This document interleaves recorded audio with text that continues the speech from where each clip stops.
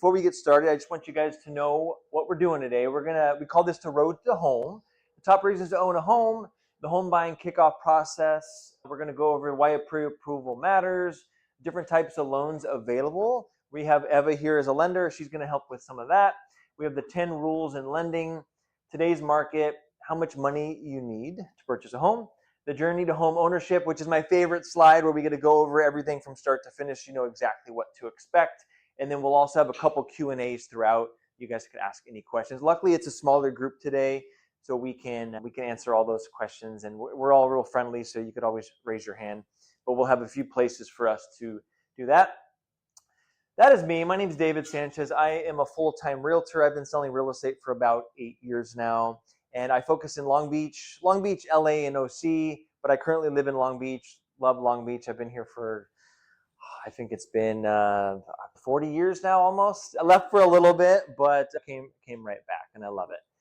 And then that's all my info. We'll get all that at the end, though. And then Kimberly. Hello, my name is Kimberly. I also am a full-time realtor. I've been selling real estate since 2019. I got my license right before the pandemic. It's a good time. Oh, great decision that day. I lived in Long Beach for almost 10 years. I'm originally from Texas. I lived in New York City for a little over a decade, and now I'm here. A little bit about me. I love the beach, and I have a dachshund that is my life. She's Hazy. And then I'll turn it over to David here. Hello. I know a couple of you from another meetup, so now we're going to get to see the others. I have been in the mortgage industry for now 10 years. I've had the pleasure of helping over 250 families reach the goal of homeownership. Hopefully I can help you. I have a master's in financial planning, so that allows me to see all your finances at a very deep level and answer any questions that you have. And I've been in Long Beach since 2008, so how many years is that? We don't know. Two. Plenty. Okay, there you go. Yeah. There you go. Yeah. All right, well, let's jump. Before we jump into it, this is something we added recently, actually. So this is exciting. We have $1,400 in perks. This is for everyone that's here today. So I'm glad you're here. I know you did a little fill out. You filled out a little sheet when you came in, so that's going to give you access to that. But we have $700 credit that we got Eva on the hook for this. She's going to pay for your appraisal, which is usually it's about $700, and that's something that Eva said she would cover for you. So that'll kind of help you get kickstarted when we do get to that point where you're ready to purchase a home, whether that is right now or you're going to, 6 months, a year, 2 years from now. We're going to be around still, hopefully, and we'll be able to help you with that. Yeah, I know. Where is it? Yeah, I know. We're all going to be here.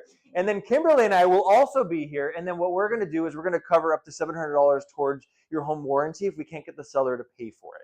We usually try to get the seller to pay for it, but if we can't, then we'll take the bill on that one. So just about $1,400 worth of perks that you guys get just for being here today. So thank you. All right. And Kimberly's going to take it away. Okay, let's talk about reasons to own a home. Now, all of you are here because you want to buy a home. If not, you're in the wrong place. But you all have your own reasons why you want to do that. But we have found that even though there's a million different reasons for everyone, these tend to be the 5 that most people are looking for.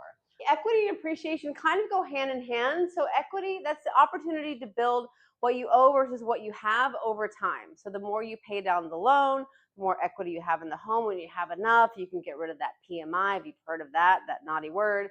And if you have enough, maybe you can take out a HELOC in the future and go buy yourself a jet ski. Those are all things you can do. But also what goes in hand with equity is appreciation. So our hope is that your home is going to continue to go up in value. So if you buy a home for $700,000 today, each day we're going to add some dollars to that. So those two things combined equals cha-ching money. Then we have tax benefits. I am not a CPA, so I'm not going to get into it. We do have webinars that we do. Some of you, I think, have actually been to our webinars. We do have one where a CPA comes on and tells you all about the tax advantages that you can use when you own a home, so you can pay Uncle Sam less, which everyone loves. And then we have upgrades. So if you're in a rental or you're staying with your parents or you're at a friend's house, you can make changes, right? But they may actually cost you money in the long run, because when you move out, your landlord's like, why is there a wall here? I'm going to charge you $5,000. But when you own your home, those upgrades can not only add to that cha-ching we talked about before, but you have the freedom to make them. And but keep in mind, they're only going to add to that cha-ching if you do them well. Just be careful with bad DIY improvements. And then lastly, we have investment. So obviously a lot of people think of a home as an investment. And really that comes into play when you're ready to leave that home and move on. Are you going to take the cash out and use it to get a bigger home, use it to downsize with a home that's a little bit different, maybe nicer? Or are you going to keep that home and then maybe use it as a rental, get some rental income, right? So when you're getting ready to start purchasing a home, this is the process that you want to go through. Number one, you want to build your team. It's really important to have your team ready and to go before you start looking. Hopefully, this is your team over here, right? But if not, it's really important before you start looking that you have a trusted realtor by your side and a trusted lender by your side. They're going to work together. It's important that you have those guys lined up before you get started. Then we're going to talk a lot about numbers here. Check your score. You want to have a general idea of what your FICO score is, what your scores are. Now, there's a whole science behind what scores they use and how they get them. Lenders are a little bit different than when you're going to buy a car. But you want to know what that score is so that you can start to work on it if it's not as high as you thought it was. Boost your savings. I wish I could say that buying a home doesn't cost any money. Zero money down, no savings needed, but that's not true. You do need some money. You need money for your down payment, closing costs. We're going to talk about more of that later, but you also need to have a little bit of money set aside for when you move in case something breaks or if you want to buy new furniture. It's just good to have a little bit of savings. And you want to know those numbers. You want to know what you can afford based off the interest rate. Does anyone know what the interest rate is today? Want to do their homework? Any guesses? 6? Okay, hey, you're close. Not bad, right? Not bad. You could have said, you said 12. I would have been like, ugh. Or 3, and I'm like, ugh. So then you want to know what the interest rate is. You want to know what your income is. All of those things. And that lender's going to help you bring all of that together. So you want to make sure that you know your numbers and you get pre-approved. So let's talk about pre-approvals. I'm going to turn my mic over to Ava in a second. But first I want to talk about why it's important to have a pre-approval. You need to know what your budget is, how much money can you borrow from the bank, and how much money do you feel comfortable borrowing. Maybe the bank says, hey, you can have $1 million. And you go, oh my God, I do not. So is it too much? Do you want to go under? Or what if you say, I want to buy a house, and the bank says you can have $150,000. And you say, okay, I guess I'm moving to Kansas, right? It's important for, oh, yes. I'm excited. No, that looks great. Wow. That's the flatter I need. We'll pass that around. How much do you feel comfortable borrowing? And then again, how much they're going to give you. It's really important. And I say you have to have a pre-approval before you go looking, because it's like if you go Black Friday shopping without your credit card, you're going to get run over and you're not going to get what you really wanted. So it's important to have all these things ahead of time. So now I'm going to turn it over. She's going to tell you a little bit more about pre-approval process. There's your clicker. There's your mic. Oh, I think I'm gonna hold it. Put the door back up again because Thank you. Wolf is howling tonight. Thank you, Kimberly. Okay, so before we get into the documents, let me explain to you how is it that us in the lending industry are going to look at your income to determine how much you qualify for. So what is your purchase power? We're essentially going to do an analysis on your income over the last 2 years. We're going to be taking your average. That's our job, to figure out how much do you make on average on a monthly basis. Then we're going to run your credit report, only a soft pull so that we don't impact your FICO score. That's going to tell us what your FICO score is, but also what are your minimum payments? What are those liabilities that you have on your credit report? What we're doing is figuring out how much money comes in and how much money goes out on a monthly basis. How much do you have at the end of the month for the mortgage payment? Use that number, reverse engineer it. That's how we come up with your purchase power. So what are the documents that we're going to need for us to figure that out? We're looking for your driver's license and social security card. We want to know exactly how your name is on your ID. We are looking for your last 30 days of paychecks so that we can figure out what that income is, and also your last 2 years of W-2s. Any proof of additional income, so income like child support, alimony, disability, and retirement, all of that income counts. SSI, IHSS, any income that you're receiving on a check, we want to see it. 2 months of bank statements. If you have a 401k that you're considering using for the down payment, then we would want to see the last 2 quarters of 401k. Does that make sense so far? Any questions? Are we good? In the back? We're good? You have a question? The second point on the, so this is your bank statements. We want to see how much money you have, and we want to make sure that you have the funds to purchase that home. And where is that money coming from? Remember that we cannot use cash to buy a home, right? So we want to make sure that it's in either a bank account or you have it in your savings. Where is that money? Okay. Any other questions here before I move on? We're good? All right. Let's talk a little bit about your FICO score. FICO score is the number one reason why home loans get denied. We just don't know how to manage credit. Nobody teaches us. This is something that we should be learning in high school, but we don't. So it is very common to not know what our FICO score is. And in the case that is not a good FICO score, we're a little bit concerned, maybe scared of looking into it, but we really need to dig up that score and figure out what do we need to do to improve it. How many of you know what your FICO score is? You do? Okay, the rest of you are staying after, okay? Is that the same? That's not the same as a credit score, right? It is the same as a credit score.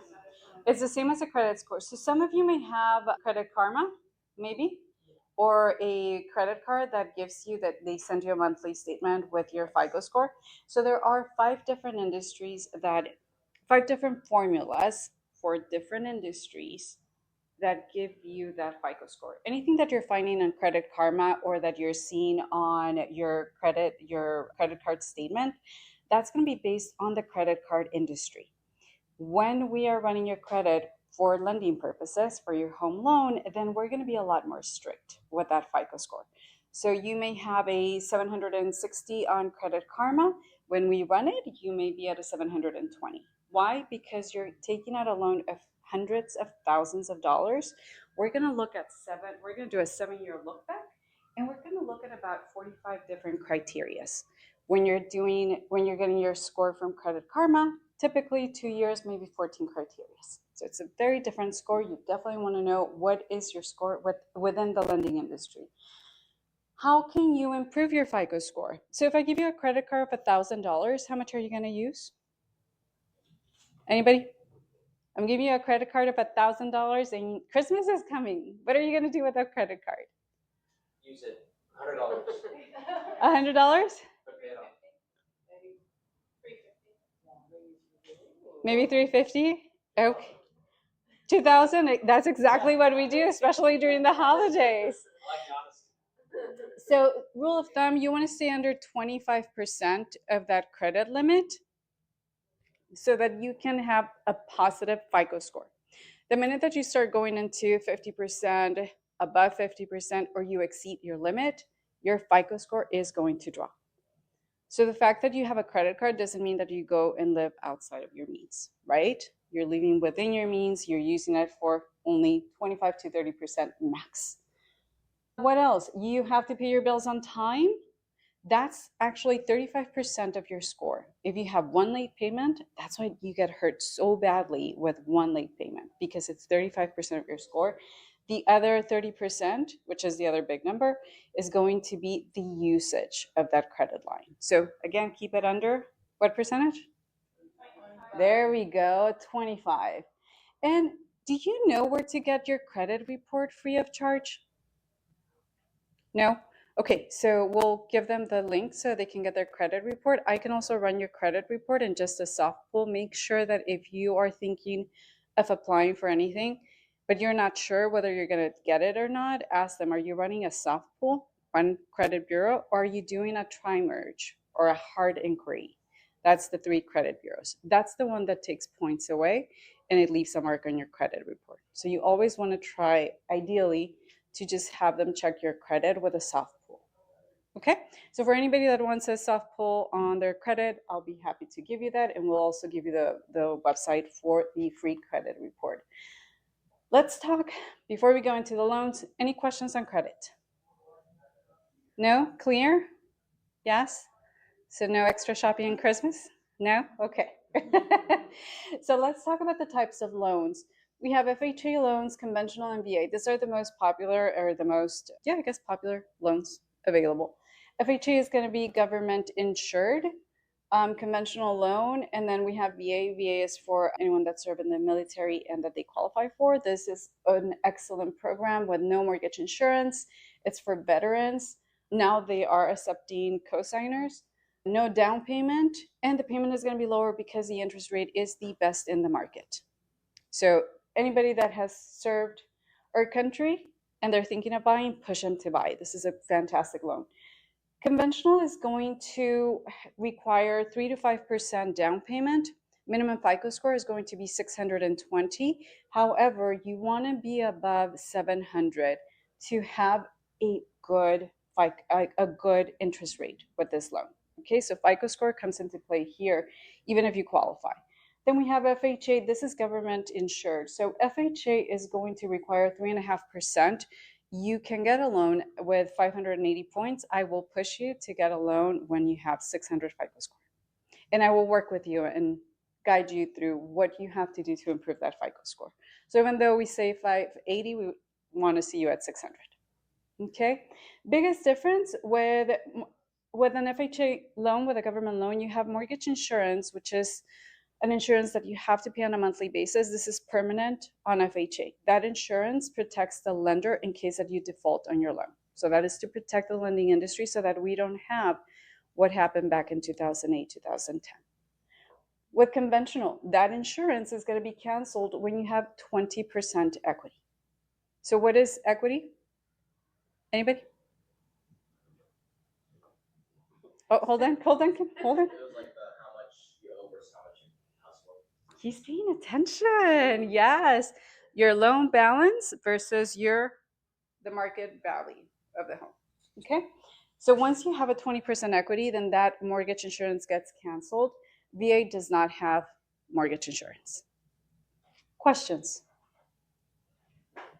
Does it make a big difference in payment since the FHA PMI is not cancelable for 11 years? I am so glad you asked that. So FHA, because it's government insured, FHA's interest rate is going to be slightly lower than conventional. So sometimes, and then the other thing is FHA allows you to have a little more debt. And remember, lower FICO score, right? So think of this being your entry level. If maybe your credit, you haven't really worked on your credit, maybe you have a little more debt, FHA may be the perfect option for you. But maybe you have an 800 FICO score and you have your savings in line and you've been preparing to buy a home, then conventional would be the way to go. So that is part of the discovery process that we do when we sit down and review all your documents, for us to understand where are you, what are your goals, and what is the best product for you. Any other questions? Yes, ma'am. Say, what if you have a good credit score, above 700, Mm-hmm. and you have a job that's paying you sufficient money, savings, you have a bankruptcy within the past 5 years? I'm glad you said that. If it's over 5 years, so bankruptcies are going to affect you from 2 to 4 years, depending on what type of bankruptcy was filed. There's two types, Chapter 13 and Chapter 7. And the clock starts ticking after the bankruptcy has been, thank you, David, after the bankruptcy has been discharged. So if I start my bankruptcy process today, I'm going to go through court, do all that, and it may not be discharged or agreed upon for a couple of years. So once it's discharged, that's when the time starts to count. So depending on the type of bankruptcy, it's either a 2 or a 4-year wait period. I'll find that for you. I believe that it's 2, and I believe it's FHA allows you to buy with 2 years. But I'll find out for you. Okay, I'll confirm. Any other questions here? No, we're good? All right. And buyer programs available. So we have down payment assistance programs. CalHFA, this is a great program. Now, most of the down payment assistance programs, this is not free money. There is no such thing as free money, right?